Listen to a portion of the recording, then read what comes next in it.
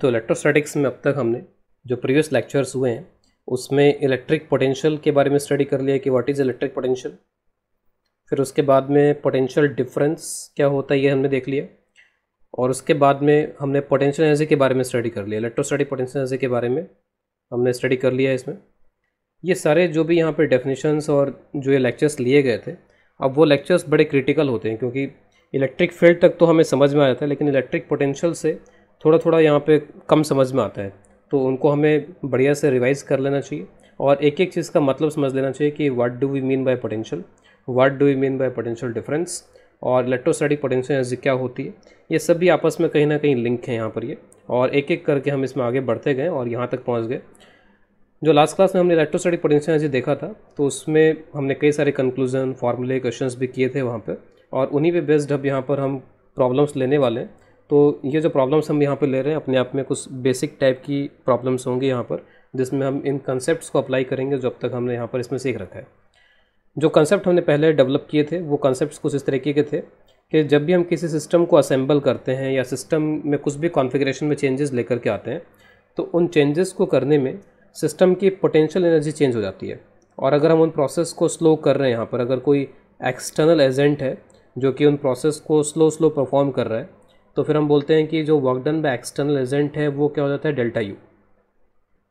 तो अगर कोई भी एक्सटर्नल एजेंट हुआ और वो अगर इस तरीके से फोर्सेस लगा रहा है कि सिस्टम जो है वो स्लोली यहाँ पर अपना कॉन्फ़िगरेशन चेंज कर रहा है, जो पार्टिकल्स हैं वो स्लो मूव करके इधर से उधर जा रहे हैं, तो work done by that external agent is delta U. और इसके अलावा ये चीज़ तो हमेशा वैलिड होती है कि work done by any conservative force is equal to minus of delta U. ये तो बेसिक डेफिनेशन होती है पोटेंशियल एनर्जी की। और हमारे पास में अभी जो कंजर्वेटिव फोर्सेज हैं वो ज़्यादातर केसेस में कौन से रहेंगे, इलेक्ट्रोस्टैटिक फोर्सेज। तो अगर मैं इलेक्ट्रोस्टैटिक फोर्सेज की बात कर रहा हूँ तो work done by electrostatic forces is minus delta U.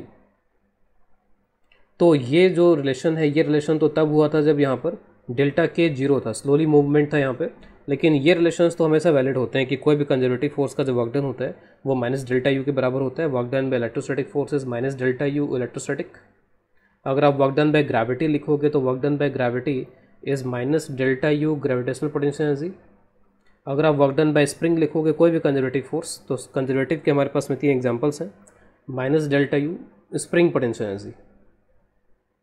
तो ये रिलेशन तो हमेशा वैलिड है, लेकिन ये वाला जो रिलेशन है जब एक्सटर्नल एजेंट की प्रेजेंस हो तो वो सिस्टम को स्लोली मूव करवाता है, उनका कॉन्फ़िगरेशन स्लोली चेंज करता है, तो then we can also use work done by external is equal to delta you.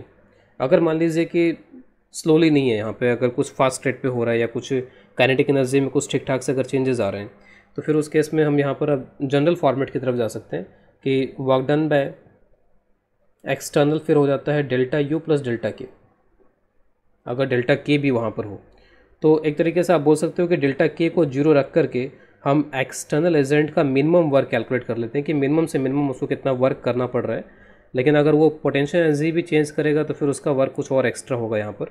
तो ये इस एक तरीके से जनरल एक्सप्रेशन है, this is general expression from work energy theorem. तो जो भी एक्सटर्नल एजेंट होते हैं वो सिस्टम की मैकेनिकल एनर्जी को चेंज कर देते हैं। मैकेनिकल एनर्जी में यहाँ पर है पोटेंशियल प्लस काइनेटिक एनर्जी, और अगर ग्रेविटेशन और स्प्रिंग नहीं है तो सिर्फ यही होगा। कई बार ऐसा भी होगा कि किसी किसी क्वेश्चंस के अंदर हो सकता है कि इलेक्ट्रोस्टैटिक और ग्रेविटेशन दोनों हो, या कई बार तीनों का भी कॉम्बो हो सकता है।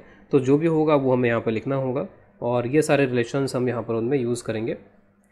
तो डेल्टा यू लिखने का मतलब होता है कि U final minus you initial, और यू फाइनल का मतलब है कि फाइनल जो कॉन्फ़िगरेशन हो गया है उसमें कितनी पोटेंशियल एनर्जी है सिस्टम की, जो इनिशियल कॉन्फ़िगरेशन था उसमें कितना है, you final minus you initial. इस तरीके से आप यहाँ पर इसको लिख सकते हैं। तो अब इन कंसेप्ट्स को समझने के लिए प्रॉब्लम्स लेना स्टार्ट करते हैं। तो पहला प्रॉब्लम मैं यहाँ पे ले रहा हूँ।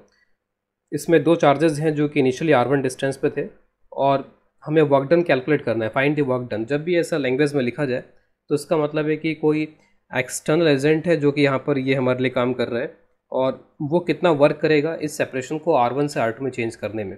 तो सेपरेशन को मुझे चेंज करना है r1 से r2 में। तो मान लीजिए कि r2 यहाँ पर एक बढ़ा हुआ सेपरेशन है, सेपरेशन बढ़ गया यहाँ पर सपोज, ठीक है। हमने तो जनरल ले लिया, R2 कम हो ज़्यादा हो हम एक्सप्रेशन लिख लेंगे और माइनस करके आंसर निकाल देंगे। तो वर्क डन बाय एक्सटर्नल अब डिफाइन करते हो डेल्टा यू, यानी you final minus you initial. और यहाँ पर जो सिस्टम है वो सिस्टम यहाँ पर क्या है, 2 पॉइंट चार्जेस का सिस्टम है, और 2 पॉइंट चार्ज सिस्टम के लिए यू लिखना आता है हमको यहाँ पे। तो U फाइनल यहाँ पे क्या हो जाएगा, जब R2 सेपरेशन हो जाएगा तो K Q1 Q2 divide by R2। U initial यहाँ पे क्या हो जाएगा, जब सेपरेशन R1 है तो K Q1 Q2 divide by R1। तो this is the answer for work done by external agent. इसके बाद नेक्स्ट एग्जांपल लेते हैं। सपोज़ यहाँ पे 3 चार्जेस का कॉम्बिनेशन है और इनमें डिस्टेंसेस दिखाए गए हैं कि ये A डिस्टेंस, ये B डिस्टेंस, ये R डिस्टेंस, और ये जो कॉन्फ़िगरेशन है चार्जेस का, उस कॉन्फ़िगरेशन को चेंज करना है इस कॉन्फ़िगरेशन में, और फिर बाद में डिस्टेंस ये जो A था वो A1 हो गया, ये जो डिस्टेंस B था वो B1 हो गया, लेकिन ये डिस्टेंस दिख रहा है कि यहाँ पर एक जैसे ही रह गया है, पहले भी R था अभी भी यहाँ पे R है। तो मुझे इसके लिए वर्क डन कैलकुलेट करना है और work done by external agent होता है हमेशा। तो work done by external this is equal to delta U, और सिंपली आप U final minus U initial कर लो। तो इसको सॉल्व करने के लिए हम ऐसा कर सकते हैं कि U इनिशियल लिख लेते हैं। तो U इनिशियल, अगर 3 चार्जेस का सिस्टम होता है तो आप याद करो NC2 टर्म्स आते हैं। NC2 का मतलब यहाँ पे 3 टर्म्स आ जाएंगे, इसका इंट्रैक्शन, इसका इंट्रैक्शन, इसका इंट्रैक्शन। तो K Q1 Q2 divided by A, K Q1 Q3 divided by उनके बीच का गैप B, फिर K Q2 Q3 divided by R। ये हो गया U इनिशियल। U फाइनल मैंने लिखा यहाँ पे, तो K Q1 Q2 divided by A1, K Q1 Q3 divided by B1, K Q2 Q3 divided by R। और जब मैं इनका डिफरेंस लेता हूँ, डेल्टा U निकालता हूँ, तो वर्क डन कैलकुलेट हो जाएगा फिर डेल्टा U से। अब देखोगे जब डिफरेंस लोगे तो ये टर्म कैंसिल हो जाएगा, क्योंकि पहले भी उतना ही लिखा गया था, बाद में भी उतना ही लिखा गया था, तो ये टर्म कैंसिल हो गया। और जो आंसर यहाँ पर आएगा उस आंसर में यहाँ पर ये हो जाएगा। सभी में आप देख लो कि Q1 भी कॉमन ही आ रहा है एक तरीके से, तो Q1 is common in all the expressions, और फिर आंसर जो यहाँ पे बन रहा है वो आंसर यहाँ पे बन जा रहा है इसमें K Q2 by A1, K Q3 by B1, फिर माइनस, क्योंकि ये टर्म माइनस होगा, तो K Q2 by A plus K Q3 by B। तो ठीक है, हमने सॉल्व कर लिया, इसका आंसर निकाल लिया, लेकिन इससे कुछ सीखने की ज़रूरत है। ये जो क्वेश्चन है इससे कुछ हमें सीखने की ज़रूरत है, और सीखने की ज़रूरत ये है कि U इनिशियल लिखा, U फाइनल लिखा, ठीक है, 3 टर्म लिख लिए, 6 टर्म लिख लिए, फिर उसमें से 2 टर्म कैंसिल भी हो गए। लेकिन क्या ये जो टर्म कैंसिल हो रहे हैं इनको हम पहले भी देख सकते थे, पहले भी हम ये रियलाइज़ कर सकते थे कि ये तो कैंसिल हो जाने, इनको क्यों लिखा जाए और लिख करके क्यों टाइम वेस्ट किया जाए। तो जब भी आप यहाँ पर इंट्रैक्शंस लिखो तो आप देखो कि कौन से इंट्रैक्शन चेंज हो रहे हैं, यानी कि किन के बीच का गैप चेंज हो रहा है। अगर इनके बीच का गैप चेंज हो ही नहीं रहा है यहाँ पर, यानी कि हो सकता है कि इनको मूव ही नहीं कराया गया हो, या गैप इनका चेंज ही नहीं हुआ, तो फिर इनके इंट्रैक्शंस को यहाँ पर शामिल करने का क्या फ़ायदा। इन दोनों चार्जेस के बीच में इंट्रैक्शन यहाँ पर भी वैसा ही हो रहा था जैसा यहाँ पे हो रहा है। तो Q2 और Q3 का जो म्यूचुअल इंटरेक्शन है वो इंटरेक्शन यहाँ पर पोटेंशियल एनर्जी को चेंज नहीं कर रहा है। यहाँ पर चेंज किसके वजह से आ रहा है, तो Q1 Q2 का आपस में इंटरेक्शन चेंज हो रहा है, Q1 Q3 का आपस में इंटरेक्शन चेंज हो रहा है। तो अगर हम इन चीज़ों को पहले ही देख चुके होते, पहचान चुके होते, तो हमें ये नहीं लिखना होता, 2 टर्म लिखने से हम बच जाते, क्योंकि अल्टीमेटली इनको कैंसिल करना पड़ रहा है। और फिर ठीक है, एक चीज़ इस तरीके से हम इनको लिख करके बच जाते। और फिर जो फाइनल आंसर आ रहा है उसको भी अगर ध्यान से देखें तो यहाँ पर फाइनल आंसर में आप ये रियलाइज़ करोगे कि बेसिकली ये जो टर्म यहाँ पर लिखा गया है KQ/R, KQ/R क्या होता है, पोटेंशियल होता है। तो ये जो टर्म लिखा गया है, तो एक तरीके से ये टर्म यहाँ पर क्या है, इसको डायग्राम में देखते हैं। ये टर्म है KQ2/A1, तो KQ2/A1 क्या हो जाएगा, इसके वजह से यहाँ पोटेंशियल, KQ3/B1 इसके वजह से यहाँ पोटेंशियल, इसी तरीके से KQ2/A इसके वजह से यहाँ पोटेंशियल, KQ3/B इसके वजह से यहाँ पोटेंशियल। तो इसका मतलब है कि एक तरीके से आपने जो आंसर लिखा है वो V final minus V initial लिखा है, और इसको आप Q डेल्टा V टाइप का ही बोल सकते हो कि जो आपका आंसर आ रहा है वो Q डेल्टा V टाइप का आ रहा है। तो अगर सिर्फ एक ही चार्ज को मूव करवाया जाए, कितने भी चार्जेस का सिस्टम हो, अगर उसमें सिर्फ एकलौता चार्ज मूव कर रहा है, तो जो डेल्टा U का एक्सप्रेशन आ रहा है उस डेल्टा U के एक्सप्रेशन में वही टर्म आपको दिखाई देंगे जिसमें Q1 आता हो, और जिसमें Q1 आता हो सिर्फ उसी का अगर टर्म यहाँ पर दिख रहा है, तो फिर आप यहाँ पर वो U का आंसर याद कीजिए कि U is equal to QV वगैरह हमने कभी लिखा था कि किसी भी चार्ज के इंट्रैक्शन ऐसे कैसे लिखी जाती है इंडिविजुअली। तो इसका मतलब है कि इंडिविजुअल बस इसी के वजह से इंट्रैक्शन यहाँ पर चेंज हो रहा है। तो आप सिंपली इस फॉर्मूले का यूज़ करके भी डेल्टा U निकाल सकते हो। तो डेल्टा U यहाँ पर क्या हो जाएगा, Q डेल्टा V। लेकिन ऐसा हम तभी कर पाएंगे जब यहाँ पर सिर्फ एक ही चार्ज मूव कर रहा हो। तो एक चार्ज के मूवमेंट में सिंपली आप उस चार्ज को मल्टीप्लाई कर दो पोटेंशियल डिफरेंस से। पोटेंशियल डिफरेंस किन दोनों पॉइंट्स का, तो जहाँ पे चार्ज पहले था और जहाँ पे चार्ज बाद में है, तो जहाँ पर बाद में है वहाँ पर कितना पोटेंशियल है बाकी के वैसे, जहाँ पर पहले था वहाँ पर कितना पोटेंशियल है बाकी के वैसे, इनका अगर डिफरेंस ले लिया जाए तो इससे वर्क डन कैलकुलेट हो जाता है। तो यहाँ पर मैं आगे लिखने वाला हूँ यहाँ पर इसमें, if only one charge is moved. ठीक है, कई बार ये हमारे लिए काफ़ी हेल्पफुल होगा जो मैं यहाँ पर लिखने वाला हूँ। तो if only one charge is moved then we can use work done by external is equal to simply Q delta V. Delta V यहाँ पर potential difference at the two locations of charge Q जहाँ दो जगह पर जा रहा है initial final, तो इनिशियल फाइनल जहाँ पर भी है वहाँ पर क्या पोटेंशियल डिफरेंस है बाकी चार्जेस के वैसे, तो वो डेल्टा वी हो जाएगा। लेकिन ध्यान रखिए यहाँ पर ये इंपॉर्टेंट है कि if only one charge is moved, अगर सारे मूव कर रहे हैं, दो मूव कर रहे हैं, तीन मूव कर रहे हैं, तो उस केस में यहाँ पे ये नहीं लगा पाओगे यहाँ पे। तो अगर सिर्फ एक ही चार्ज मूव कर रहा है तो we can use this Q delta V. Next question लेते हैं। तो सपोज एक स्मूथ हॉरिजॉन्टल सरफेस पे दो चार्जेस रखे गए और इनको रेस्ट से रिलीज़ कर दिया जाता है, और रेस्ट रिलीज़ करने के बाद ऑब्वियस है कि एक दूसरे को रिपेल करेंगे और इनफाइनेटली सेपरेटेड हो जाएंगे कभी ना कभी। तो पूछा जा रहा है कि वेलोसिटीज़ क्या हो जाएंगे जब ये इनफाइनेटली सेपरेट हो जाएंगे। अब जैसे इस क्वेश्चन के लैंग्वेज पढ़ के आपको लग जाएगा कि यहाँ पर कोई एक्सटर्नल एजेंट नाम की कोई चीज़ नहीं है जो इनको धीरे धीरे करके इन्फिनिटी पे लेके जाए या कुछ और करे। यहाँ पे बस इनको अपने हाल पे छोड़ दिया गया है।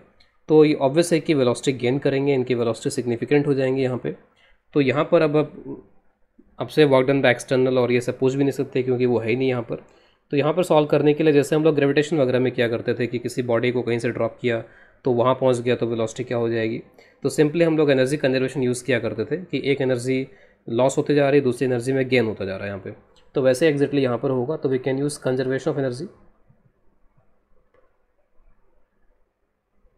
और उसको मैं यहाँ पर ऐसे लिख सकता हूँ कि U final plus K final this is equal to U initial plus K initial. तो final electrostatic potential energy plus final kinetic energy, initial electrostatic potential energy plus kinetic energy. लेकिन वेलोसिटी यहाँ पर दो पार्टिकल्स की हैं, तो दो particle की वेलोसिटी यहाँ पर क्या क्या होंगे हमको ये भी आइडिया होना चाहिए। तो पूरे सिस्टम पे कोई फोर्स नहीं है, नेट फोर्स जितना इस पे इधर लगेगा इलेक्ट्रोस्टैटिक रिपल्शन उतना इस पे इधर लगेगा। तो किस पूरे सिस्टम पे there is no external force, centre of mass का acceleration zero, conservation of linear momentum is applicable. तो मोमेंटम स्टार्टिंग में क्या है, जीरो है।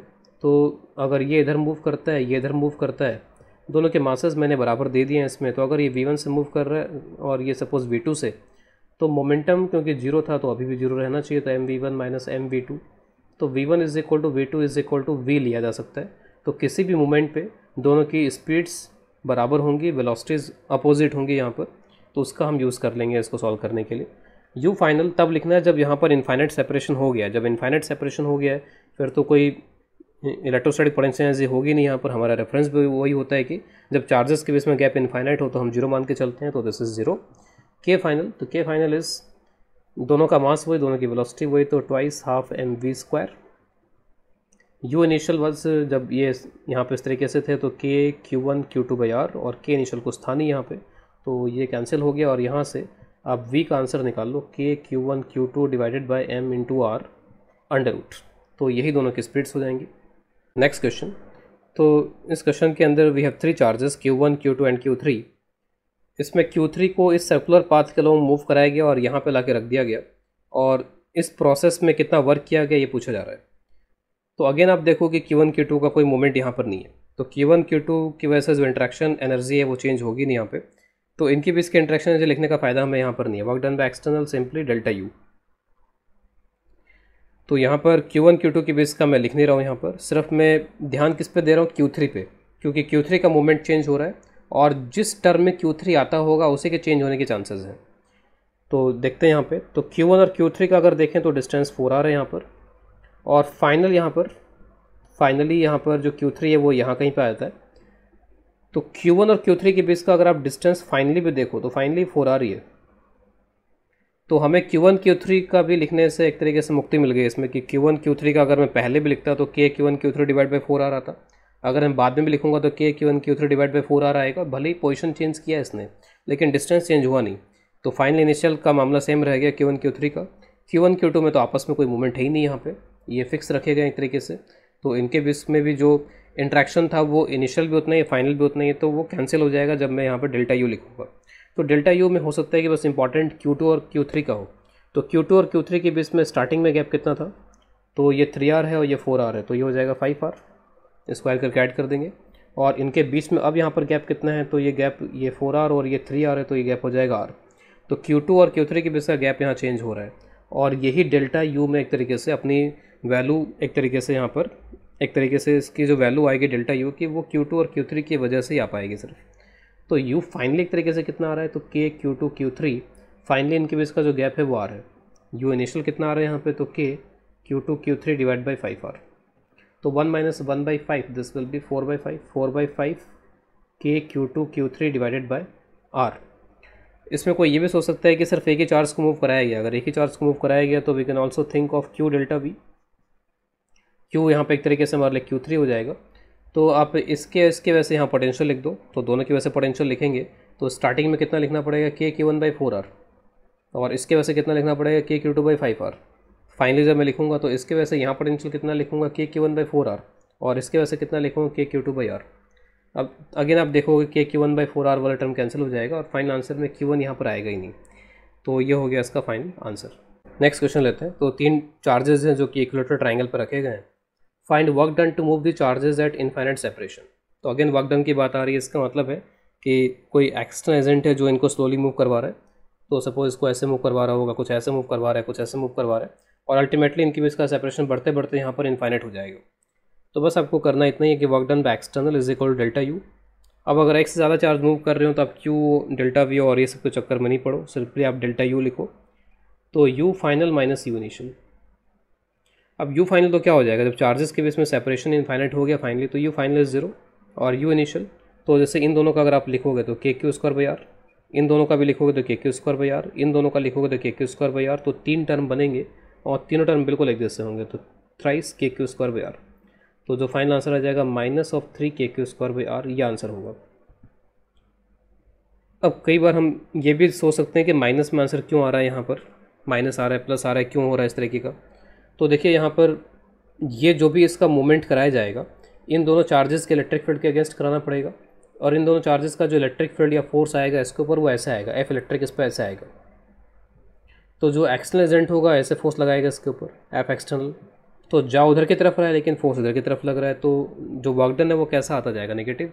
जैसा इस पे हो रहा है वैसा इस पे होगा, वैसा इस पे होगा। तो इसका मतलब है कि एक्सटर्नल एजेंट को ऐसे फोर्सेस लगाने पड़ेंगे, और जो इलेक्ट्रिक फील्ड के फोर्सेज हैं वो बाहर की तरफ लग रहे हैं। तो इलेक्ट्रिक फील्ड का वर्क डन पॉजिटिव आएगा, और जो एक्सटर्नल है फिर उसका वर्क यहाँ पर नेगेटिव आएगा इस केस में।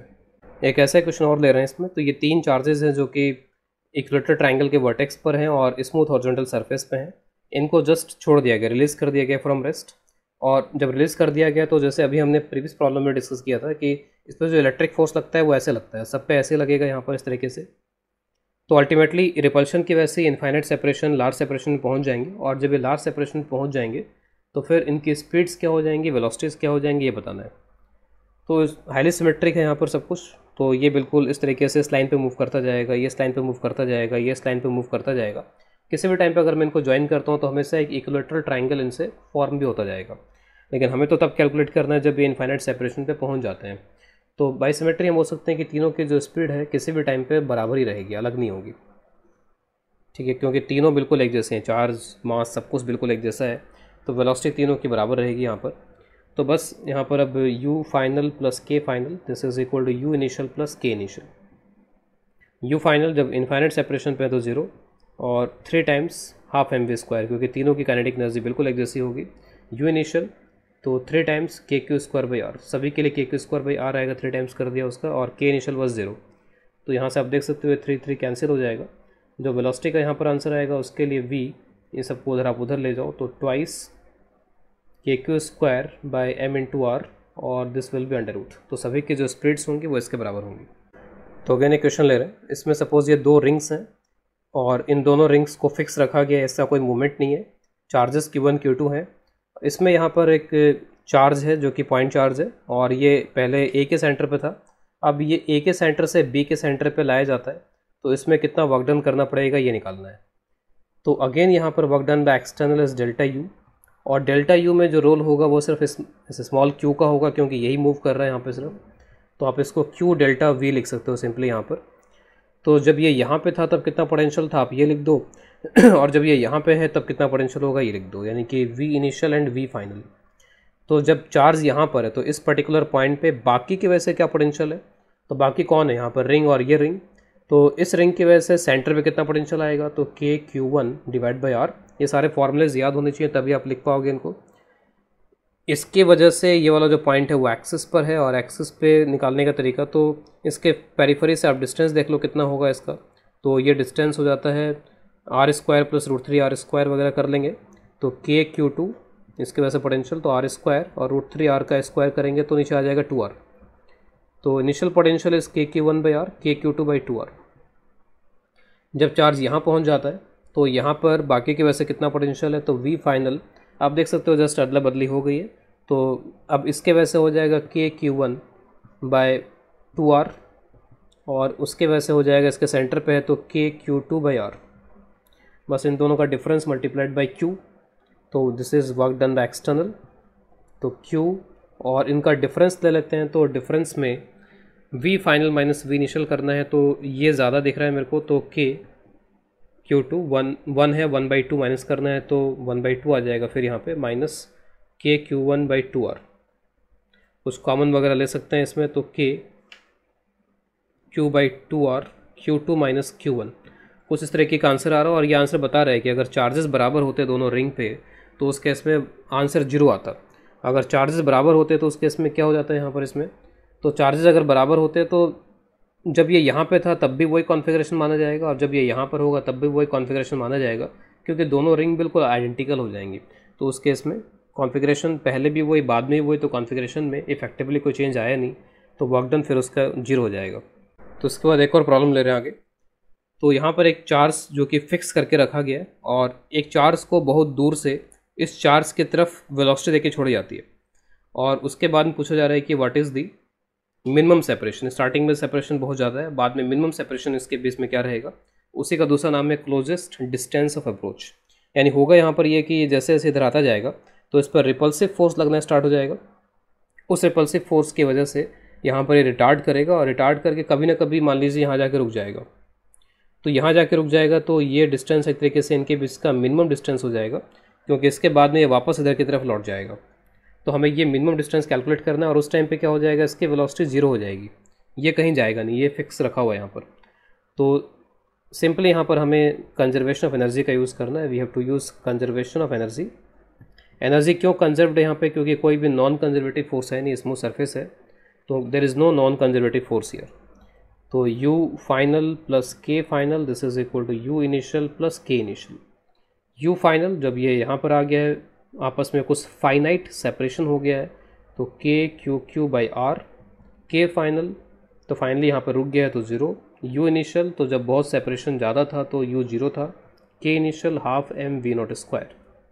तो यहाँ से आप R निकाल सकते हो आसानी से, तो R को उधर ले जाओ, 2 को इधर ले आओ, तो 2KQQ डिवाइडेड बाय mv0²। तो ये फाइनल आंसर हो जाएगा फॉर मिनिमम सेपरेशन। तो अगेन नेक्स्ट प्रॉब्लम ले रहे हैं। तो ये दोनों चार्जेस पॉजिटिव हैं, और इस चार्ज को बहुत दूर से इसकी तरफ प्रोजेक्ट करके छोड़ा गया है। स्टार्टिंग में चार्ज रेस्ट पर है, और ये चल सकता है, ये चलने के लिए फ्री है। पिछले वाले एग्जांपल में ये फिक्स करके रखा हुआ था, लेकिन अब की बार ये चलने के लिए फ्री है। This surface is a smooth surface. तो अगेन वही सवाल है कि what is the minimum separation. तो अब के बार यहाँ पर क्या होगा कि जब ये इधर आने लगेगा तो इस पर इलेक्ट्रोस्टैटिक फोर्स जो होगा वो इधर लगने लगेगा, और इतना ही इलेक्ट्रोस्टैटिक फोर्स इस पर इधर लगने लगेगा, तो ये आगे बढ़ने लगेगा, इसकी वेलोसिटी बढ़ने लगेगी, और इसके पास पहले से वेलोसिटी थी जो कि घटने लगेगी। तो इसकी वेलोसिटी को अगर मैं v1 से रिप्रेजेंट करता हूँ तो ये घटती जाएगी, इसकी वेलोसिटी को अगर मैं v2 से रिप्रेजेंट करता हूँ तो ये v2 समय के साथ साथ बढ़ती जाएगी। लेकिन स्टार्टिंग में ऑब्वियस है कि v1 जो है वो v2 से ज़्यादा है, तो v1 अगर v2 से ज़्यादा है तो सेपरेशन घटता चला जाएगा यहाँ पर, और कभी ना कभी क्या होगा, v1 जो होगा वो v2 के बराबर रहेगा।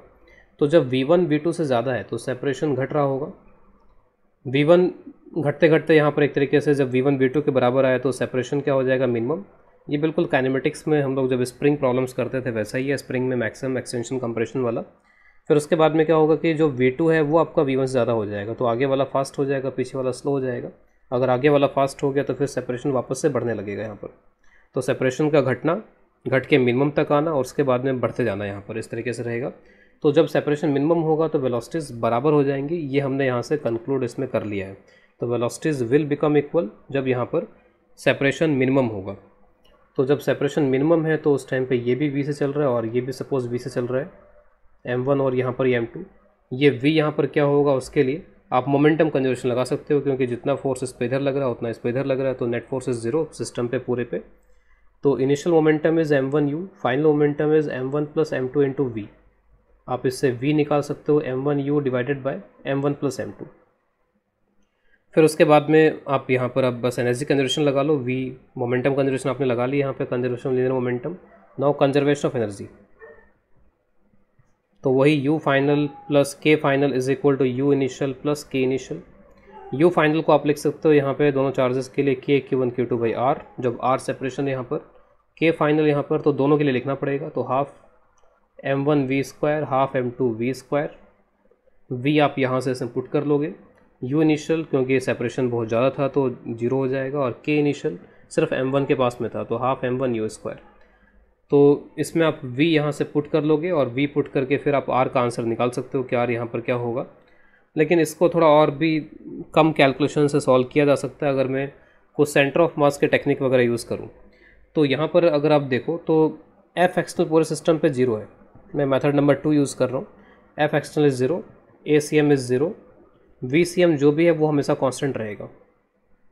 तो किसी भी सिस्टम की काइनेटिक एनर्जी को ऐसे लिखा जा सकता है, खास करके 2 के लिए तो हम यहाँ पर ये लिख सकते हैं half mu we relative square और half total mass into VCM square. तो काइनेटिक एनर्जी में यहाँ पर चेंजेस आ रहे हैं, और काइनेटिक एनर्जी जो है अल्टीमेटली किस में कन्वर्ट हो रही है, जो भी काइनेटिक एनर्जी में लॉस हो रहा है वो लॉस कन्वर्ट हो रहा है एक तरीके से इलेक्ट्रोस्टैटिक पोटेंशियल एनर्जी में, क्योंकि स्टार्टिंग में कोई इलेक्ट्रोस्टैटिक पोटेंशियल एनर्जी है नहीं यहाँ पर और बाद में आ गई है, तो काइनेटिक एनर्जी में लॉस हुआ है। लॉस के लिए ये टर्म जिम्मेदार नहीं है क्योंकि मास उतना ही है, सेंटर ऑफ मास की वेलोसिटी भी वही है। लॉस के लिए जो जिम्मेदार टर्म है वो ये है क्योंकि वी रिलेटिव स्टार्टिंग में था, यानी वी रिलेटिव स्टार्टिंग में यू था, जब बराबर हो गया तो वी रिलेटिव क्या हो गया 0। तो इस टर्म में पहले वैल्यू थी, बाद में वैल्यू इसकी ख़त्म हो गई है, तो जो डेल्टा के यहाँ पर आया है वो डेल्टा के यहाँ पर सिर्फ इसके वैसा है, और उसको मैं लिख सकता हूँ 0 minus half mu we relative initial का स्क्वायर। वी रिलेटिव फाइनल यहाँ पर जो है वो 0 हो गया है, इसीलिए ये 0 लिख दिया मैंने यहाँ पर, half mu we relative final का स्क्वायर। म्यू यहाँ पे कितना हो जाएगा, तो mu is m1 m2 divided by m1 plus m2 reduced mass. V relative initial कितना है u, तो u का स्क्वायर, माइनस इसलिए आ रहा है क्योंकि लॉस हो रहा है, तो जस्ट मैं यहाँ पर लॉस और गेन के टर्म्स में लिख सकता हूँ इसको, तो gain is equal to loss. Gain यहाँ पर किस में हो रहा है, तो इलेक्ट्रोस्टैटिक पोटेंशियल एनर्जी, तो k q1 q2 by r minimum, और लॉस यहाँ पर है तो जस्ट अब मैं मैग्नीट्यूड लिख दूंगा यहाँ पर इसका कि 3 बराबर 3, half m1 m2 divide by m1 plus m2 into you square. यहाँ से आप r बड़े आसानी से निकाल सकते हैं, थोड़ा कैलकुलेशन वाइज आसान रहेगा, तो r आप उधर ले जाओ, तो ये 2k q1 q2 और m1 plus m2 m1 m2 you square, तो r का यहाँ पर ये फाइनल आंसर हो जाएगा। एक और क्वेश्चन ले रहे हैं, तो इसमें यहाँ पर एक चार्ज फिक्स है इसमें, और इस चार्ज को u वेलोसिटी के साथ में रिलीज़ किया गया, डिस्टेंस बहुत ज़्यादा है, और ये वाला जो डिस्टेंस है दोनों के बीच में एक तरीके से यहाँ पर ये ऑफसेट है एक तरीके से। इससे पहले जो हमने क्वेश्चन किए थे उसमें एक ही लाइन पे थे दोनों, अब ये इस तरीके से एक लाइन पे नहीं है, यानी कि जो वेलोसिटी यहाँ पर दी गई है वो वेलोसिटी इन दोनों को मिलाने वाली लाइन के लॉन्ग नहीं दी गई है। पूरा सिस्टम जो है वो स्मूथ हॉरिजॉन्टल सरफेस पे, कोई वर्टिकल में कोई मूवमेंट नहीं है, एक फ्लोर के ऊपर यहाँ पर सब कुछ है इसमें।